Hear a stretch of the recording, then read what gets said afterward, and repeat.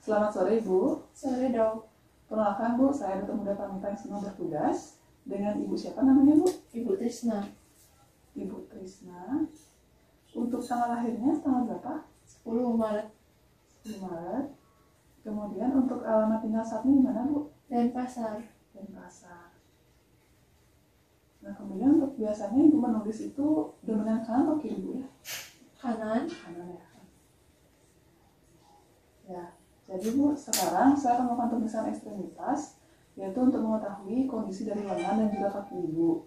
Dimana pada pemeriksaan ini, saya akan melihat dari luar apakah tanpa ada suatu kelainan pada ekstremitas atau lengan dan kaki Ibu. Kemudian saya akan melakukan perabaan, dan juga saya akan minta Ibu untuk melakukan beberapa gerakan, seperti menekuk maupun meluruskan kaki dan juga tangan Ibu. Dan mungkin pada pemeriksaan ini, Ibu akan merasa sedikit tidak nyaman. Apakah Ibu bersedia, Bu? Ini bersedia dok. Jadi kalau begitu silahkan menuju ke kursi pemeriksaan Ibu. Oke dok.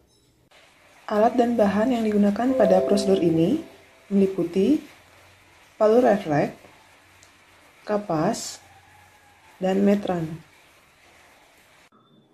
Saya awali prosedur pemeriksaan dengan mencuci tangan 6 langkah.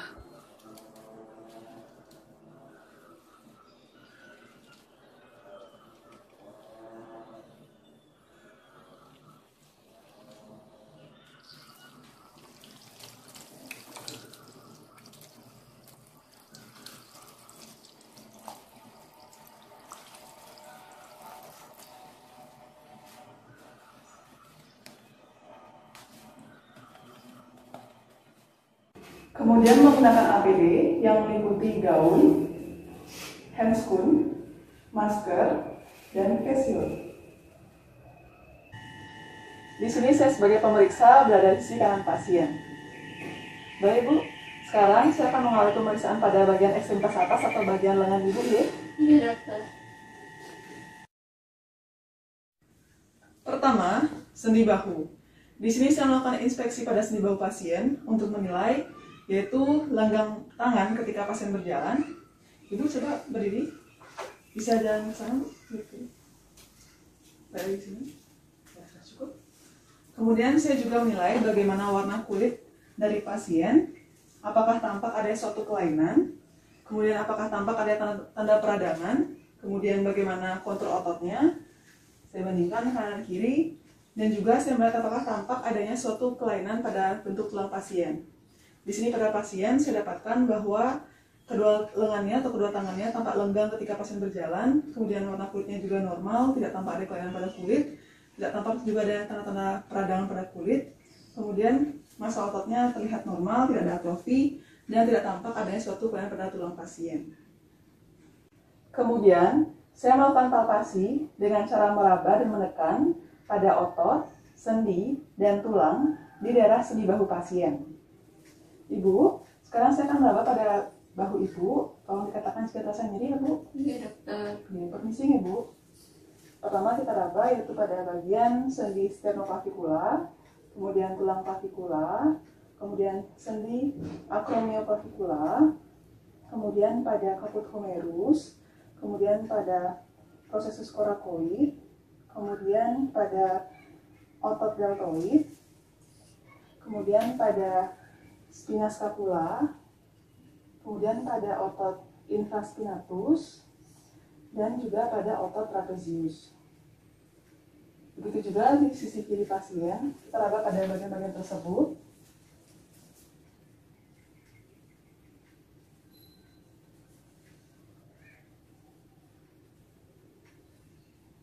Nah, pada pemeriksaan ini saya dapatkan bahwa tidak ditemukan adanya atrofi pada otot, tidak adanya pembengkakan, dan tidak adanya nyeri maupun adanya crepitus pada daerah sendi bahu pasien. Kemudian, pemeriksaan move dengan gerakan aktif dan gerakan pasif. Untuk gerakan aktif, saya akan meminta pasien untuk melakukan beberapa gerakan. Ibu bisa berdiri, Bu. Yang pertama yaitu gerakan abduksi, yaitu menjauhi tubuh. Bisa diangkat ya tangannya. Kemudian adduksi, mendekatkan tubuh seperti ini. Kemudian gerakan fleksi, boleh sih? Ya mungkin ya bisa. Kemudian ekstensi, Kemudian untuk internal rotasi, pertama-tama ditekuk tangan siku-siku. Kemudian untuk internal rotasi ke dalam menyilang sini. Kemudian untuk eksternal rotasi,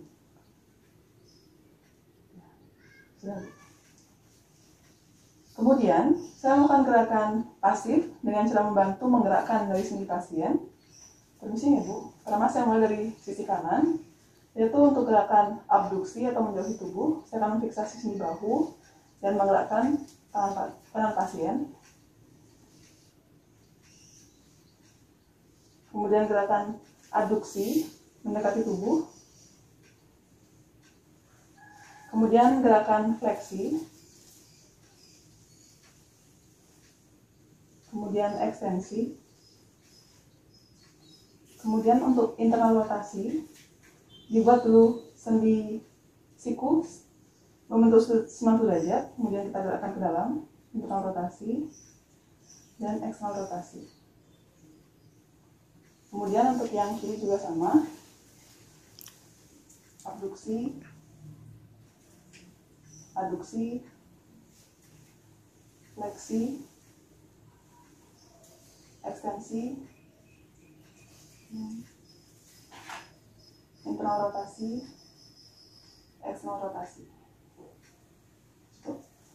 Jadi pada pemeriksaan ini saya dapatkan bahwa gerakan pasien dalam batas normal, di mana untuk gerakan abduksi atau menjauhi tubuh dapat membentuk sudut 90 derajat, kemudian untuk aduksi dapat membentuk sudut 40 derajat, kemudian untuk fleksi bisa membentuk sudut 170 derajat, kemudian untuk ekstensi bisa membentuk sudut 40 derajat, kemudian untuk internal rotasi dapat membentuk sudut 70 derajat, dan untuk eksternal rotasi dapat membentuk sudut 90 derajat. Kemudian melakukan uji apply scratch dengan cara Ibu coba dengan tangan kanannya pegang bahu kiri, ya. Kemudian dari atas pegang belakang leher, ya. Ke bawah Ibu, punggung belakang leher, ya. Kemudian dari bawah Bu pegang belikat kiri, ya. Sudah Bu. Sekarang yang kiri coba Bu dengan cara sama, ya, pegang, ya. Kemudian dari bawah, ya. Cukup Bu. Ya, jadi pada pemeriksaan ini saya dapatkan bahwa pada pasien terjadi keterbatasan pada saat tangan kanannya mencoba meraih dari belikat kiri, di mana tampak lebih rendah, kurang mencapai atau kurang bisa menggapai dari belikatnya dibandingkan ketika tangan kiri pasien menggapai dari belikat kanan. Hal ini masih dalam batasan normal, di mana secara teori didapatkan bahwa akan terjadi keterbatasan pada saat menggerakkan pada posisi tadi pada pasien sisi dominan, di mana ketika pasien ini merupakan pasien yang kinan atau dominan menggunakan tangan kanan, sehingga dia akan terjadi keterbatasan pada sisi tangan kanan ketika meraih belikat kirinya. Kemudian melakukan uji Yergason yang dilakukan dengan cara, permisi ya Bu, di sini saya meletakkan jari saya pada tendon bicep, pada sulcus bicipitalis, kemudian memposisikan siku pasien dalam posisi siku-siku atau 90 derajat, dan memposisikan telapak tangan pada posisi pronasi. Kemudian sembari saya menahan, saya meminta pasien untuk melawan tahanan ini dan melakukan gerakan supinasi. Ibu tolong digerakkan tangan seperti ini Bu ya, dan tolong dikatakan jika terasa nyeri. Iya Dok. Bisa Bu digerakkan? Ini. Kemudian hal yang sama saya lakukan pada sisi kiri.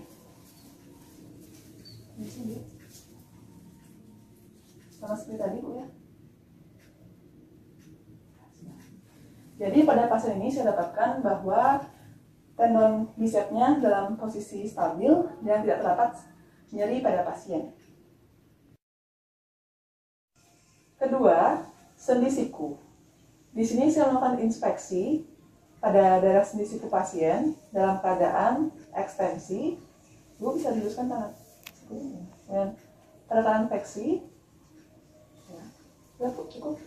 Kemudian saya menilai bagaimana warna dan apakah tampak adanya kelainan pada kulit daerah siku pasien.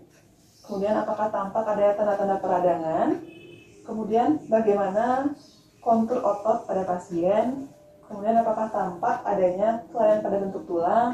Apakah tampak adanya benjolan ataupun tampak adanya massa.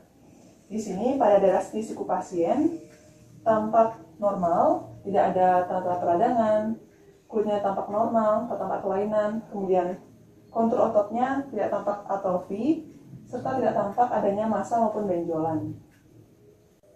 Kemudian, saya melakukan pemeriksaan palpasi dengan cara meraba dan menekan pada daerah siku yang meliputi. Ibu, sekarang saya akan meraba pada bagian siku. Tolong dikatakan jika tersendiri ya, Bu. Iya, dokter. Yaitu pada otot bicep, pada sepertiga distal humerus, kemudian pada otot tricep, juga sama pada sepertiga distal humerus, kemudian pada epicondylus lateralis dan juga epicondylus medialis, kemudian pada processus olecranon dan sulcus olecranon. Kemudian dilakukan juga hal yang sama pada sisi kiri, pada otot bicep, otot tricep, kemudian epicondylus lateralis, medialis, dan pada processus olecranon dan sulcus olecranon. Pada pasien, saya dapatkan di mana massa otot tidak mengalami atrofi, kemudian tidak teraba adanya pembengkakan dan nyeri tekan maupun krepitus pada daerah sendi siku pasien. Kemudian, pemeriksaan MOVE dengan melakukan gerakan aktif dan gerakan pasif pada sendi siku pasien. Untuk gerakan aktif, saya minta pasien untuk melakukan beberapa gerakan. Ibu bisa melakukan gerakan fleksi seperti ini, kemudian ekstensi, kemudian tangan seperti ini, pronasi, dan supinasi. Baik, cukup, Bu. Selanjutnya untuk gerakan pasif, saya akan membantu menggerakkan pada sendi pasien. Permisi ya, Bu ya. Pertama untuk fleksi, saya fiksasi pada siku, kemudian menggerakkan tangannya. Fleksi, ekstensi, kemudian pronasi, dan supinasi. Begitu juga pada sisi sebelahnya. Bisa, Bu. Fleksi, ekstensi, kemudian pronasi, dan supinasi. Pada pasien, ruang gerak sendi sikunya masih dalam batas normal, di mana pada saat fleksi dapat membentuk sudut 150 derajat, ekstensi membentuk sudut 10 derajat, pronasi membentuk sudut 90 derajat, dan supinasi membentuk sudut 90 derajat. Ketiga, pergelangan tangan dan tangan. Di sini saya akan menginspeksi pada daerah pergelangan tangan dan tangan pasien. Bu, bisa dilihatin tangannya? Jadi di sini saya menilai bagaimana warna dan apakah tampak kelainan pada kulit pasien. Kemudian saya melihat apakah tampak adanya tanda-tanda peradangan. Kemudian saya menilai pada otot, bagaimana konturnya pada otot tenar, hipotenar, dan pada otot interoseus. Kemudian saya menilai pada sendi, yaitu sendi karpal, kemudian sendi metakarpal, proximal intervalang, dan distal intervalang. Coba Ibu. Kemudian saya juga menilai apakah tampak adanya suatu kelainan pada tulang pasien, dan juga apakah tampak adanya Swanneck deformity maupun deviasi ulnar. Di sini pada pasien tidak ditemukan adanya suatu kelainan pada warna kulitnya, tidak juga tampak adanya suatu tanda-tanda peradangan, kemudian ototnya tampak tidak atrofi, kemudian sendinya juga tampak normal, tidak terdapat adanya kelainan pada tulang, dan tidak ditemukan adanya kelainan seperti Swanneck deformity maupun deviasi ulnar. Selanjutnya, saya juga menilai pada kuku pasien, dan saya menilai apakah tampak adanya suatu kelainan pada kuku, seperti onycholisis, kemudian kuku psoriatik, maupun adanya hiperkeratosis. Jadi di sini pada pasien saya dapatkan kuku tangannya dalam keadaan normal dan tidak ditemukan adanya suatu kelainan. Selanjutnya, saya akan melakukan pemeriksaan palpasi dengan meraba dan menekan pada daerah pergelangan tangan dan juga tangan pasien. Ibu, sekarang saya akan meraba ya Bu ya pada bagian tangan dan pergelangan tangannya. Kalau dikatakan cerita sendiri ya Bu. Pemeriksaan ini saya lakukan dengan palpasi pada daerah distal dari radius dan juga ulna, kemudian pada penonjolan di pergelangan tangan, kemudian pada 8 tulang karpal, kemudian saya juga meraba pada daerah persendian jari-jari yang meliputi sendi metakarpophalangeal, kemudian pada sendi proximal interfalang, kemudian pada sendi distal interfalang, dan juga sendi interfalang. Dan saya melakukan pemeriksaan squeeze test. Pemeriksaan juga saya lanjutkan pada sisi kiri dengan cara yang sama, yaitu meraba pada radius dan juga tulang ulna, kemudian setiap penonjolan pada pergelangan tangan, kemudian pada 8 tulang karpal, kemudian pada sendi-sendi jari yang meliputi sendi metakarpophalangeal, kemudian pada proximal interfalang dan distal interfalang, dan juga pada sendi interfalang. Kemudian melakukan pemeriksaan squeeze test. Jadi pada pemeriksaan palpasi ini saya dapatkan tidak adanya suatu pembengkakan, nyeri maupun pepitus pada daerah pergelangan tangan dan juga tangan pasien. Kemudian pemeriksaan move dengan melakukan gerakan aktif dan gerakan pasif. Untuk gerakan aktif, saya akan meminta pasien untuk melakukan beberapa gerakan pada sendi pergelangan tangan dan tangannya. Ibu bisa menunjukkan gerakan saya nih. Tekuk fleksi, ekstensi, kemudian deviasi ulna, deviasi radial, kemudian bisa melakukan fleksi pada seluruh sendi-sendi jari-jari, kemudian ekstensi pada seluruh jari-jari, kemudian melakukan abduksi, menjauhkan, dan adduksi, mendekatkan, dan melakukan oposisi ibu jari terhadap 4 jari lainnya. Baik, selanjutnya untuk gerakan pasif, saya akan membantu menggerakkan pada sendi pasien. Permisi ya Bu.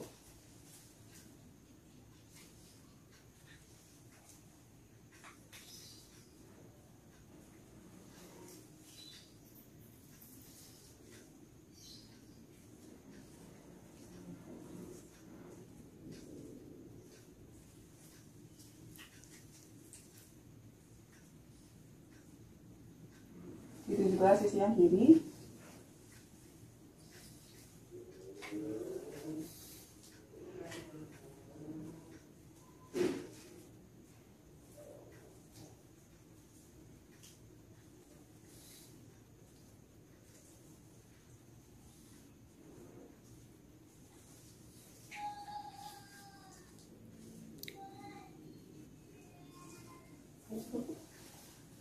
Jadi pada pemeriksaan move ini, saya dapatkan ruang lingkup gerak sendi pada pergelangan tangan dan tangan pasien dalam batas normal.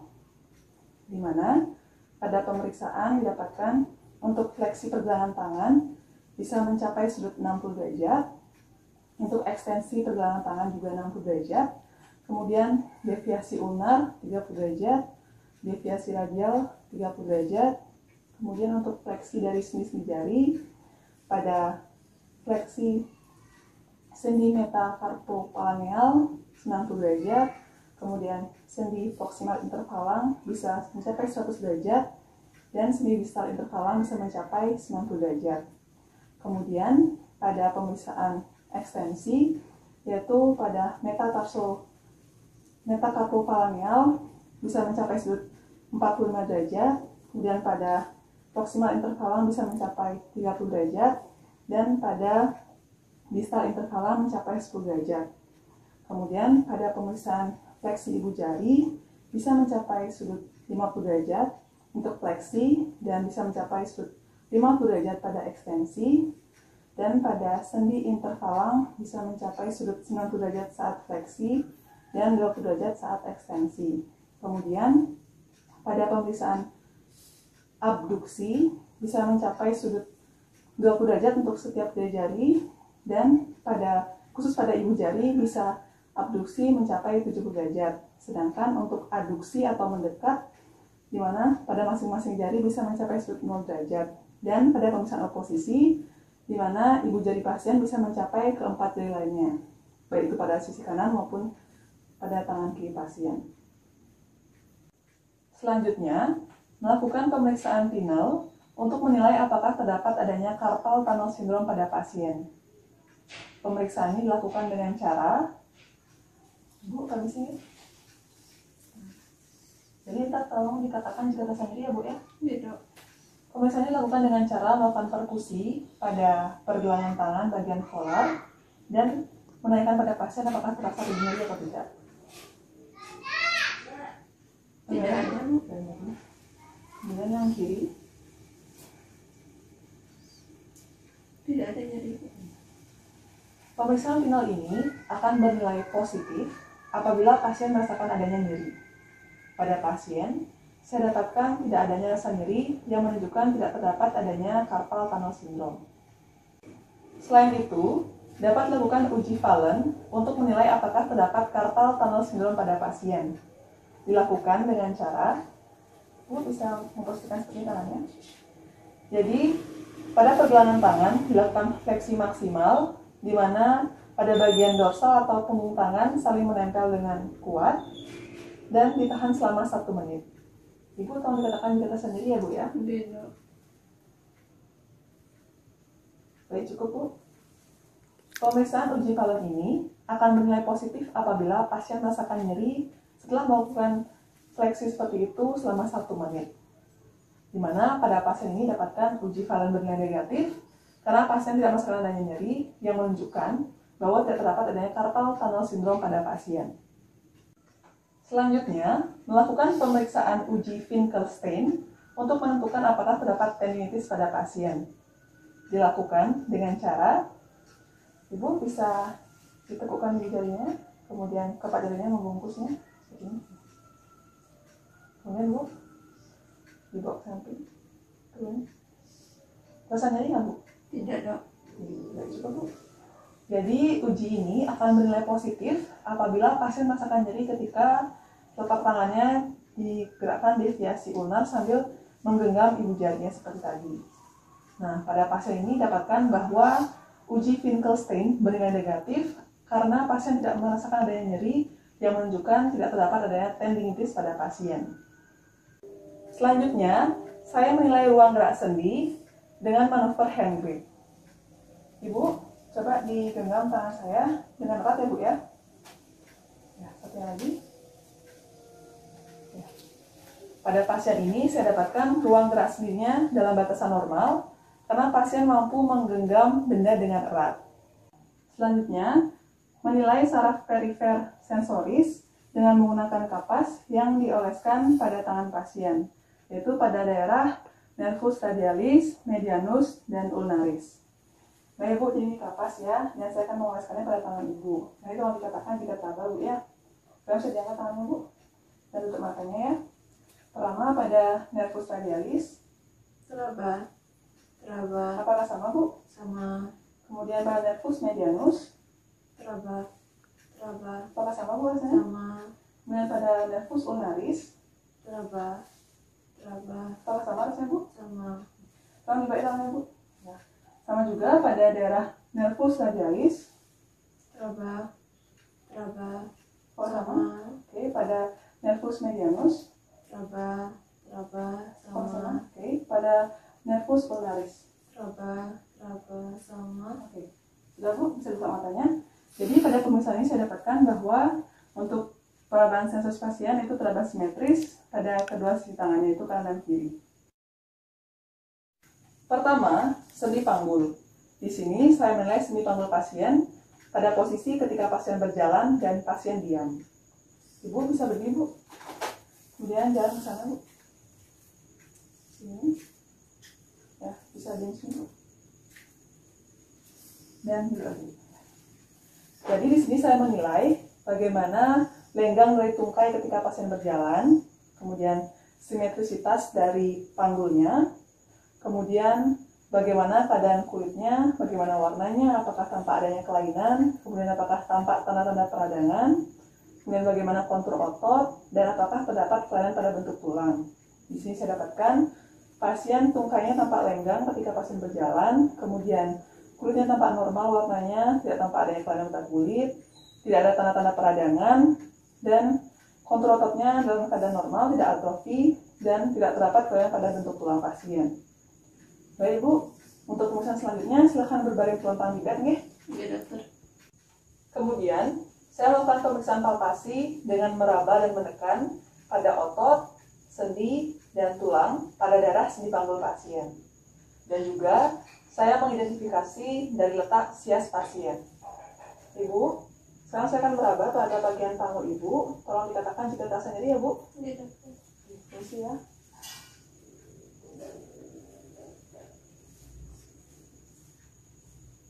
Di sini saya dapatkan bahwa pada daerah sendi panggul pasien tidak teraba adanya pembengkakan, kemudian tidak teraba adanya atrofi otot, dan tidak teraba adanya nyeri maupun krepitus. Dan saya dapatkan untuk sias pasien berada pada di sini untuk yang kanan dan di sini untuk yang bagian kiri. Selanjutnya saya akan melakukan pemeriksaan panjang dari tungkai, di mana ada dua panjang, yaitu true length dan apparent length. Di dalam pemeriksaan ini saya menggunakan meteran. Untuk true length, saya ukur dari sias pasien menuju ke malleolus medial. Ini ya Bu, saya ukur.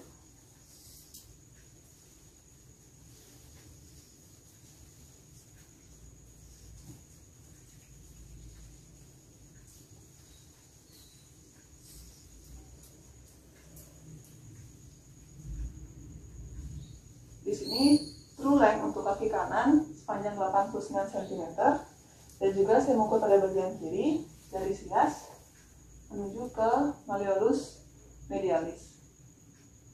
Untuk true length-nya juga sama, saya dapatkan sepanjang 89 cm. Kemudian untuk apparent length diukur dari umbilicus pasien, sama juga menuju ke malleolus medial kanan dan kiri. Ini ya Bu.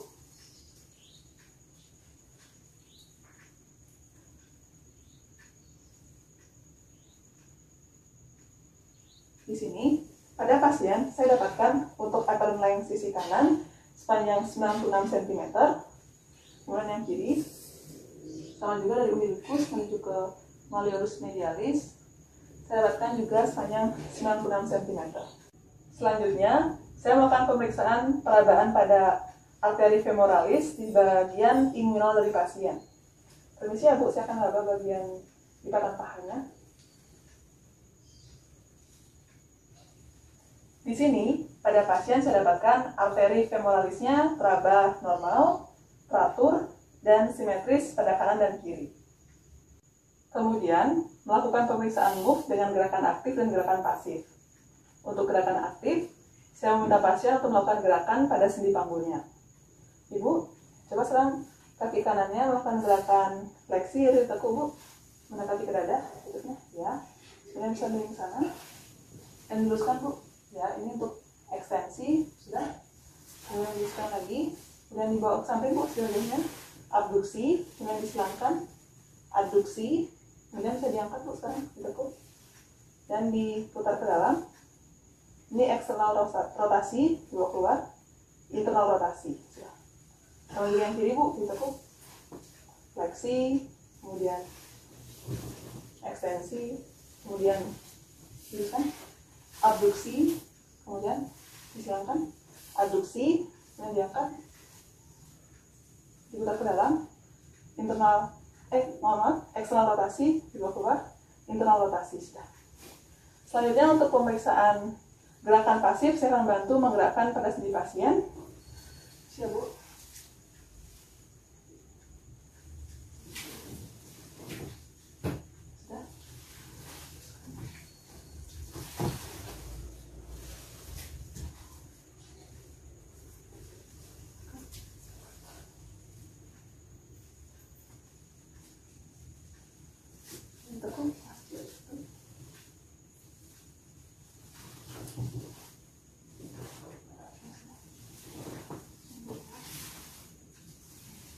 Silakan.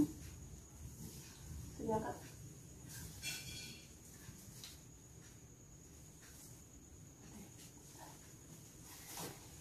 Jadi pada pasien ini saya dapatkan untuk pemeriksaan move, ruang gerak sendi panggul pasien dalam batas normal, di mana pada pemeriksaan fleksi dapat membentuk sudut 130 derajat, pada ekstensi 30 derajat, kemudian abduksi 40 derajat, dan aduksi 30 derajat, kemudian eksternal rotasi 50 derajat, dan internal rotasi 40 derajat.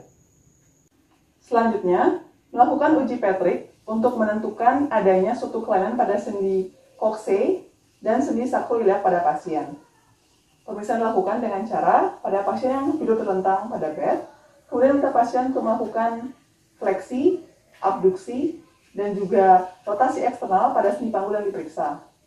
Ibu, sekarang saya akan periksa pada sendi panggul kanan ya Bu ya. Jadi tolong ditekuk kaki kanannya, lututnya ya, kemudian ditaruh di atas lutut. Seperti itu. Di mana kita posisikan bahwa malleolus lateral dari sisi kanan pasien, yaitu yang akan diperiksa, berada di atas lutut sisi kontralateral. Kemudian saya akan memberikan penekanannya Bu ya pada lutut kanan Ibu. Nanti tolong dikatakan jika terasa nyeri pada panggulnya Bu ya. Masih ya Bu? Cukup? Teruskan. Kemudian hal yang sama dilakukan pada sisi satunya, yaitu sisi kiri. Tadi Bu ya. Dan tolong dikatakan jika terasa nyeri ya Bu ya pada panggulnya. Isi Bu. Cukup. Jadi, uji Patrick ini akan bernilai positif apabila pasien merasakan nyeri pada panggulnya ketika saya menekan lutut pasien yang diperiksa. Kemudian, pada pasien ini saya dapatkan bahwa uji Patricknya itu bernilai negatif, yang menunjukkan bahwa tidak adanya suatu kelainan pada sendi kokse maupun sendi sakroiliak pada. Kedua, sendi lutut.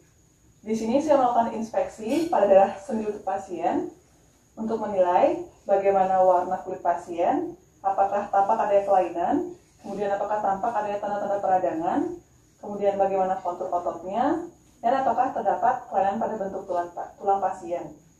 Di sini pada inspeksi saya dapatkan daerah sendi lutut pasien dalam keadaan normal, warnanya normal, tidak tampak adanya kelainan pada kulit, kemudian tidak tampak adanya tanda-tanda peradangan, kemudian kontur ototnya tampak normal, tidak ada atrofi yang tampak, kemudian bentuk tulangnya juga tidak terdapat kelainan. Selanjutnya, saya melakukan pemeriksaan palpasi dengan meraba dan menekan pada daerah sendi lutut pasien. Ibu, sekarang saya akan meraba pada lututnya, tolong dikatakan jika ada rasa nyeri ya Bu ya. Jadi palpasi ini dilakukan pada otot quadriceps femoris, baik kanan maupun kiri, kemudian pada otot hamstring di sepertiga distal dari femur, kemudian pada tulang patella, dan pada tuberositas tibia. Jadi pada palpasi ini saya temukan bahwa tidak terdapat adanya pembengkakan, kemudian tidak adanya nyeri maupun crepitus pada daerah sendi lutut pasien. Kemudian, melakukan pemeriksaan Bird sign untuk menilai apakah terdapat adanya efusi minimal.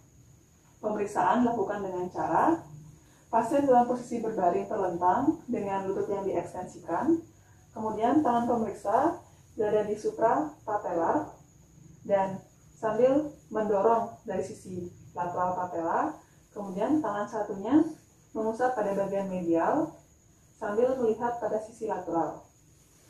Begitu juga pada sisi satunya. Kemudian mengusap dan perhatikan. Bird sign ini akan bernilai positif apabila tampak adanya tonjolan kantung cairan efusi pada sisi lateral ketika kita mengusap pada sisi medialnya. Kemudian, untuk menilai dari adanya efusi mayor, dapat dilakukan dengan pemeriksaan balloon sign. Dilakukan dengan cara satu tangan pemeriksa berada di daerah suprapatellar, kemudian tangan satunya yaitu ibu jari dan jari lainnya pada sisi lateral dan juga medial, di mana pada tangan yang di suprapatellar menekan ke arah patella, menekan dari kantong efusi, dan Tangan satu lagi merasakan adanya dorongan cairan dari arah suprapatella. Pemeriksaan ini juga dapat dilakukan dengan cara sebaliknya, yaitu tangan yang berada di sisi lateral dan medial patella menekan dari efusi yang ada, sehingga tangan yang di daerah suprapatella dapat merasakan adanya pergerakan cairan yang terdorong ke arah suprapatella. Begitu juga pada sisi satunya, dilakukan dengan cara yang sama. Seperti itu, di mana balon sign-nya akan bernilai positif apabila pada saat salah satu tangan memberikan dorongan, maka tangan lain akan merasakan adanya dorongan dari kantong efusi pada lutut pasien. Selanjutnya, dapat dilakukan pemeriksaan balloting patellar untuk menentukan apakah terdapat adanya efusi pada patella pasien. Dilakukan dengan cara mendorong patella ke arah femur dengan tiba-tiba atau dengan cepat, dan kita merasakan apakah terdapat adanya dorongan balik dari patella yang kita dorong ke arah femur. Itu juga pada sisi selanjutnya, sisi sebelahnya, di mana pada pemeriksaan pada pasien ini saya dapatkan bahwa untuk pemeriksaan balloting patella bernilai negatif karena saya tidak merasakan adanya suatu gerakan balik atau terdorong balik dari patella ketika saya mendorongnya ke arah femur pasien.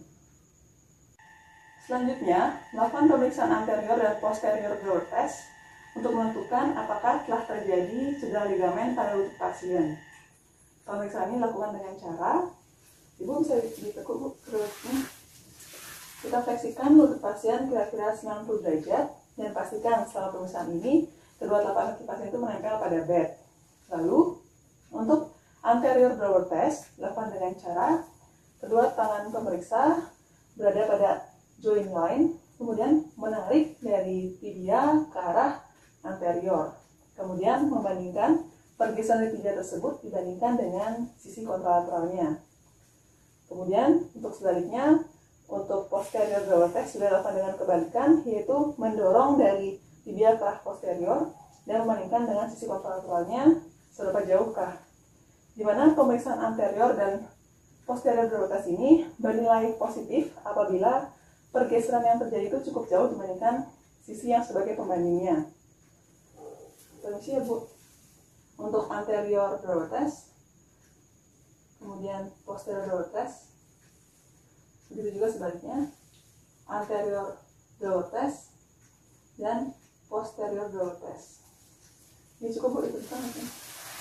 Pada pasien ini saya dapatkan bahwa untuk pemeriksaan anterior maupun posterior drawer test, untuk pergeserannya itu tidak cukup jauh dari sisi kontralateralnya, yang menunjukkan bahwa kemungkinan pasien tidak mengalami cedera pada ligamen lututnya. Selanjutnya, melakukan pemeriksaan McMurray untuk menentukan apakah telah terjadi cedera pada meniskus pasien. Ibu, nanti tolong dikatakan jika terasa nyeri ya.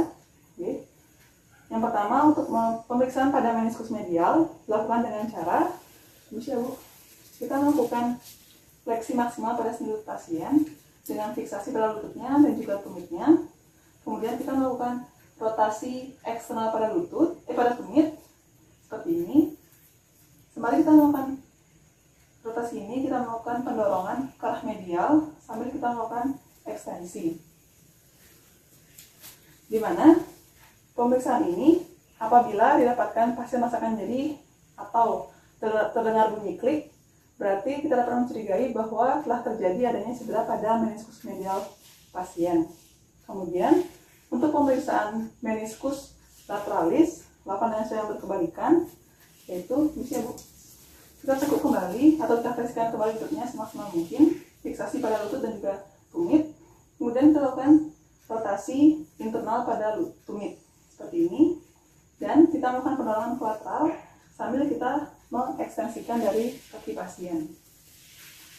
Di mana interpretasinya juga sama, apabila terdengar bunyi klik atau pasien merasakan nyeri, maka dapat dicurigai adanya suatu cedera pada meniskus lateralis pasien. Pemeriksaan juga dilakukan pada sisi yang satunya. Permisi ya Bu.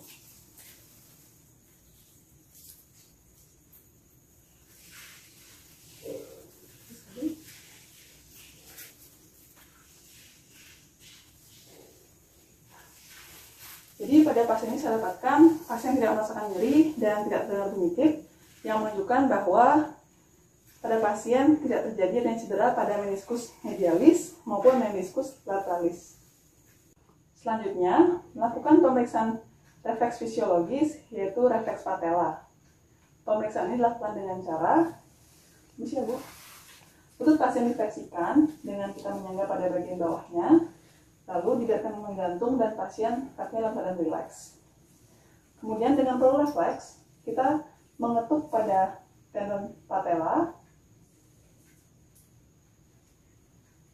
di mana refleks ini akan bernilai positif 2 apabila telah terjadi kontraksi pada musculus quadriceps femoris serta adanya respons berupa ekstensi pada sendi lutut. Kita juga pada sisi satunya, dengan cara yang sama, kita ketukkan pada tendon patella. Pada pasien ini saya dapatkan untuk refleks fisiologisnya positif 2 karena telah terjadi kontraksi pada quadriceps femoris serta adanya ekstensi pada sendi lutut pasien. Selanjutnya adalah melakukan pemeriksaan klonus otot dengan cara lutut pasien dalam posisi ekstensi, kemudian tangan saya memegang pada patella. Pertama-tama saya merilekskan dari otot atau musculus quadriceps femoris dengan cara mendorongnya ke atas. Lalu secara tiba-tiba saya menariknya ke bawah dan saya melihat pada musculus quadriceps femoris. Klonus ini bernilai positif apabila terjadi kontraksi dari musculus quadriceps femoris. Begitu juga kita lakukan pada sisi satunya lagi. Pertama kita rilekskan, kemudian saya tiba-tiba kita tarik ke bawah. Yang kita lihat, pada pasien ini saya temukan klonusnya negatif karena saya tidak melihat adanya suatu kontraksi dari musculus quadriceps baik pada sisi kanan maupun sisi kirinya. Selanjutnya adalah melakukan palpasi pada otot besar panggul. Ibu bisa duduknya tengkorak kan Bu? Nah, itu kalau dikatakan jika terasa nyeri ya Bu ya? Iya. Jadi sekarang saya melakukan palpasi dengan meraba dan menekan pada otot besar panggul, yaitu pada gluteus maximus. Permisi ya Bu. Nih, sudah Bu. Jadi pada pemeriksaan ini saya dapatkan bahwa pasien tidak ada merasa nyeri, kemudian tidak terdapat adanya atrofi otot, dan tidak terdapat adanya pembengkakan pada otot besar panggul, yaitu gluteus maximus. Selanjutnya, pemeriksaan move dengan gerakan aktif dan gerakan pasif. Gerakan aktif dilakukan dengan meminta pasien melakukan gerakan pada sendi lututnya. Yang pertama pada lutut kanan, Ibu coba ditekuk Bu. Ini ada gerakan fleksi, kemudian ekstensi luruskan, bisa diangkat dulu ya. Kemudian untuk internal rotasi, lakukan dengan cara saya fiksasi pada lututnya, kemudian lututnya bisa dibawa keluar Bu. Ya. Kemudian untuk eksternal rotasi, lututnya dibawa ke dalam Bu. Ya, cukup. Begitu juga pada sisi kiri untuk fleksi, kemudian ekstensi, kemudian untuk internal rotasi dibawa keluar Bu. Oke, untuk eksternal rotasi dibawa ke dalam. Ya, cukup. Jadi pada pemeriksaan ini saya dapatkan bahwa ruang gerak sendinya, sendi lututnya dalam batasan normal, yaitu fleksi menuju 140 derajat, ekstensi 5 derajat, kemudian eksternal rotasi 30 derajat, dan internal rotasi 10 derajat. Ketiga, pergelangan kaki dan kaki. Di sini saya melakukan inspeksi pada daerah pergelangan kaki dan juga kaki pasien untuk menilai bagaimana warna kulit, apakah tampak kelainan pada kulit, kemudian apakah tampak tanda-tanda peradangan, kemudian apakah tampak adanya suatu kelainan pada bentuk tulang, serta apakah atau bagaimanakah dari kontur otot pada daerah tersebut. Di sini saya temukan bahwa pada pemeriksaan inspeksi pada pasien saya dapatkan warna kulitnya normal, tidak tampak kelainan, kemudian tidak tampak adanya tanda-tanda peradangan, kemudian kontur ototnya normal, tidak tampak adanya atrofi, serta tidak tampak adanya kelainan pada bentuk tulangnya. Selanjutnya, melakukan pemeriksaan palpasi dengan meraba dan menekan pada area pergelangan kaki dan kaki pasien. Ibu, sekarang saya akan meraba pada bagian kaki. Tolong dikatakan jika terasa nyeri ya. Oke.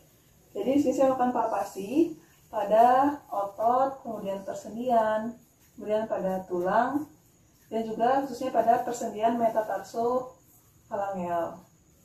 Itu juga yang pada sisi kiri. Saya melakukan perabaan dan palpasi, serta saya melakukan pemeriksaan squeeze test.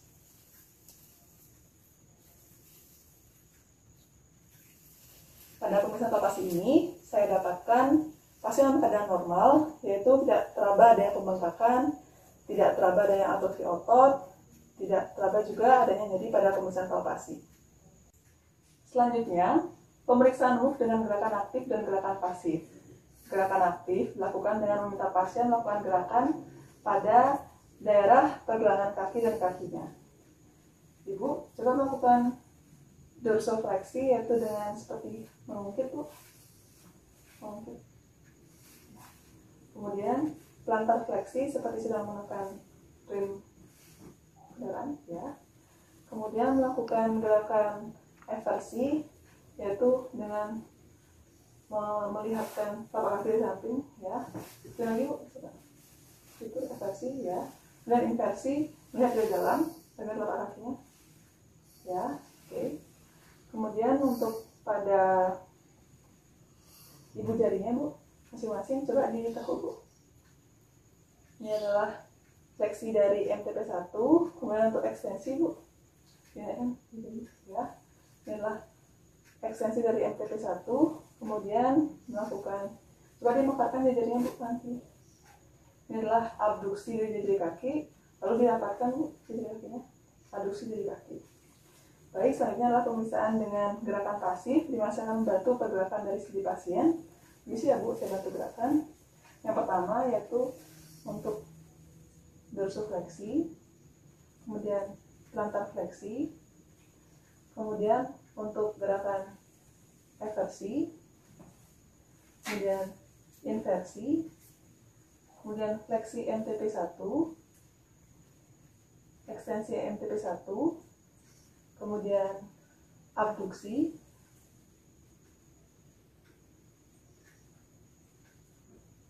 dan aduksi. Begitu juga pada sisi satunya.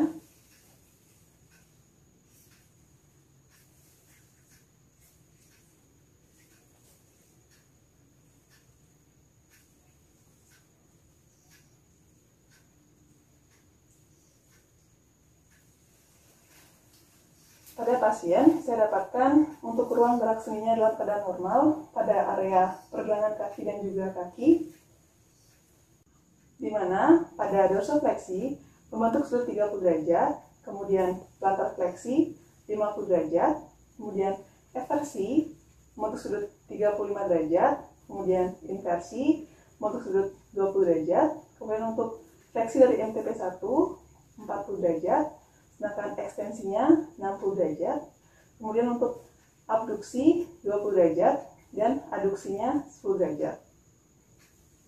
Oke, baik, Bu. Jadi untuk pemeriksaan ekstremitas atas dan juga bawah, yaitu pada lengan dan kaki Ibu sudah selesai. Sekarang bisa menuju ke kursi kembali untuk saya jelaskan hasilnya bagaimana. Sembari saya merapikan alat-alat. Saya akhiri prosedur pemeriksaan dengan mencuci tangan 6 langkah.